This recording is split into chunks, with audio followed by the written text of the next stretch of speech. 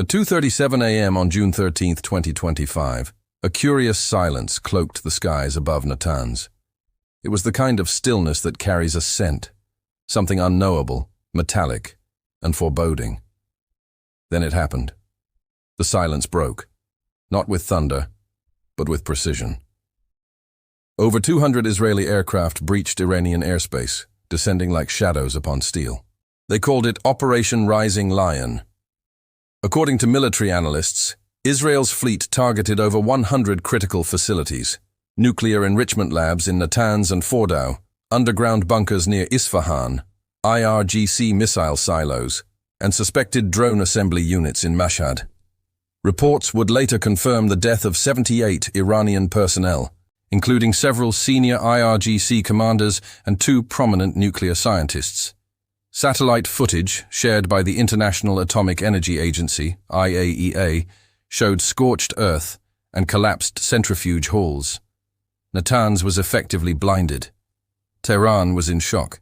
For years, both nations had danced on the edge of conflict, launching proxy attacks through militias and covert sabotage. But this was open war. As news filtered through the darkness, phones rang in bunkers and palaces alike.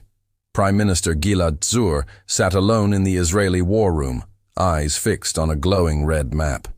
Meanwhile, Supreme Leader Ayatollah Khamenei received word from a breathless colonel, his face ashen.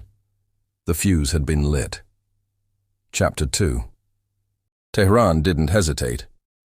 At 6:24 a.m., the first barrage launched from silos in Kermanshah and Yazd. Over 100 ballistic missiles and 120 suicide drones surged toward Israeli territory. The air raid sirens in Tel Aviv sang a dreadful hymn. The people knew this song. Its verses were etched in memory from past wars. But this time felt different.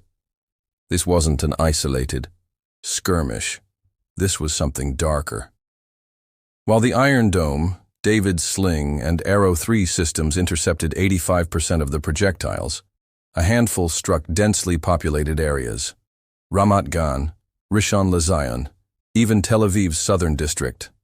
Among the debris, 3 Israeli civilians perished, one of them a child. More than 63 others were hospitalized with injuries ranging from burns to fractures. At a kindergarten in Bat Yam, teachers held children under desks as the windows shook. Across the border, in Shiraz, people gathered around television sets, watching the replays of explosions with clenched fists and tearful eyes. By noon, Iran's state media had released a chilling message from Supreme Leader Ayatollah Ali Khamenei: "We do not seek war, but we will not kneel before state terror." Yet even as the world watched missiles arc across the Middle Eastern sky, few knew the war beneath the war. Chapter 3. Behind the explosions was a silent war: espionage. The battlefield was not only above ground but below the surface, inside data lines, behind code, and beneath keystrokes. Sources inside Mossad later leaked that Israeli agents had infiltrated Iran's air defense network a week prior. They manipulated radar systems, suppressed early detection protocols, and redirected SAM batteries in real time. One agent embedded in the Iranian Revolutionary Guard reportedly fed live targeting data to a satellite-linked strike AI. His fate remains unknown. Meanwhile, Iran's elite cyber force, Unit 54, launched simultaneous cyber attacks on Israeli infrastructure. The Israeli Stock Exchange, Haifa's desalination plants, and even air traffic control systems experienced temporary paralysis. Screens went black. Panic spread. The city of Netanya briefly lost its electrical grid. Inside a command center in Tehran, young hackers worked in complete silence, the glow of their screens the only light. In Petah Tikva, emergency workers scrambled to restart ventilators manually after systems shut down. In the digital shadows, the war had no borders. Every click could kill. Chapter 4. The reverberations went far beyond the Levant. Oil prices surged to $147 per barrel, the highest since 2008. Airlines rerouted flights away from Middle Eastern airspace. France, the UK, and Germany evacuated their embassies in Tehran. The U.S. ordered the USS Gerald R. Ford strike group toward the Persian Gulf. Even China called for its citizens to evacuate. The United Nations Security Council convened an emergency session. The Western Bloc called Israel's actions self-defense. China and Russia labeled it aggression. Iran formally withdrew from the 2023 Vienna Accords, declaring its right to enrich uranium without limit. In boardrooms in London and New York, financial analysts watched market indexes bleed. In Tokyo, the Nikkei dropped 3.8%. Seoul began considering conscription extensions. Amid this chaos, nuclear energy markets began spiraling. Kazakhstan suspended uranium exports. South Korea initiated emergency inspections of its own facilities. The fear wasn't just war, it was radiation, fallout, the kind that leaves a mark for generations. Chapter 5. In Tel Aviv's Rabin Square, 30,000 people rallied, some waving flags, others carrying signs, "Not in our name," and "No more blood for deterrence." Meanwhile, in Tehran's Azadi Square, chants of "Marg Bar Israel" echoed like drums of defiance. But there were quieter voices too. On Telegram, an Iranian blogger wrote, "We bury our sons, not uranium." In Jerusalem, a mother posted, "My son saw the sky on fire. I told him it was lightning. I lied." In Istanbul, a Syrian refugee recorded a video. "We ran from war. Now war follows the sky." On Reddit, a Lebanese student asked, "How many of us must die for powers we never voted for?" In a kibbutz near the Gaza border, a grandfather recalled Yom Kippur 1973. "That was war. This is worse. Because this war knows no front line. The streets spoke. But who was listening?" Chapter 6. From Lebanon, Hezbollah hinted at involvement. Hassan Nasrallah declared the group's readiness to fulfill its duty when the time arrives.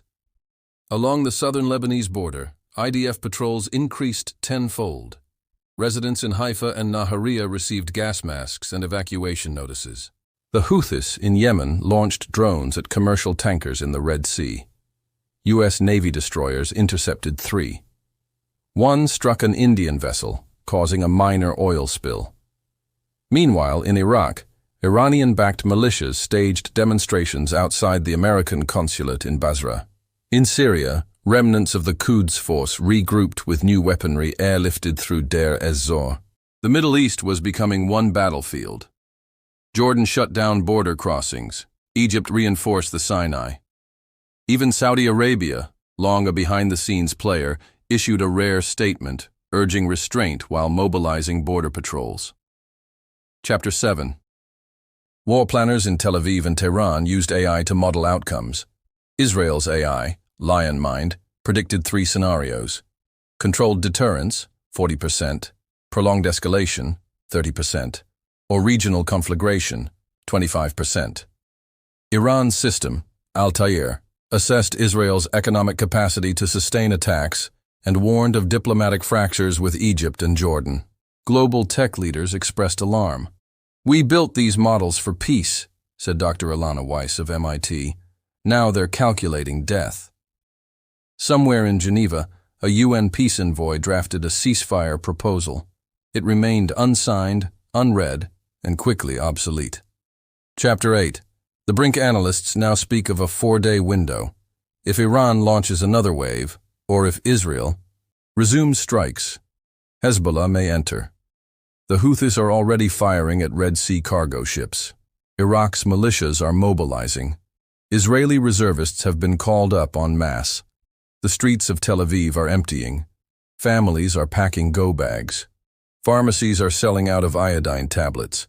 Gas stations are seeing queues like it's 1973. As of June 14, 2025, here are the confirmed numbers. Israeli aircraft deployed, 212. Targets hit in Iran, 108.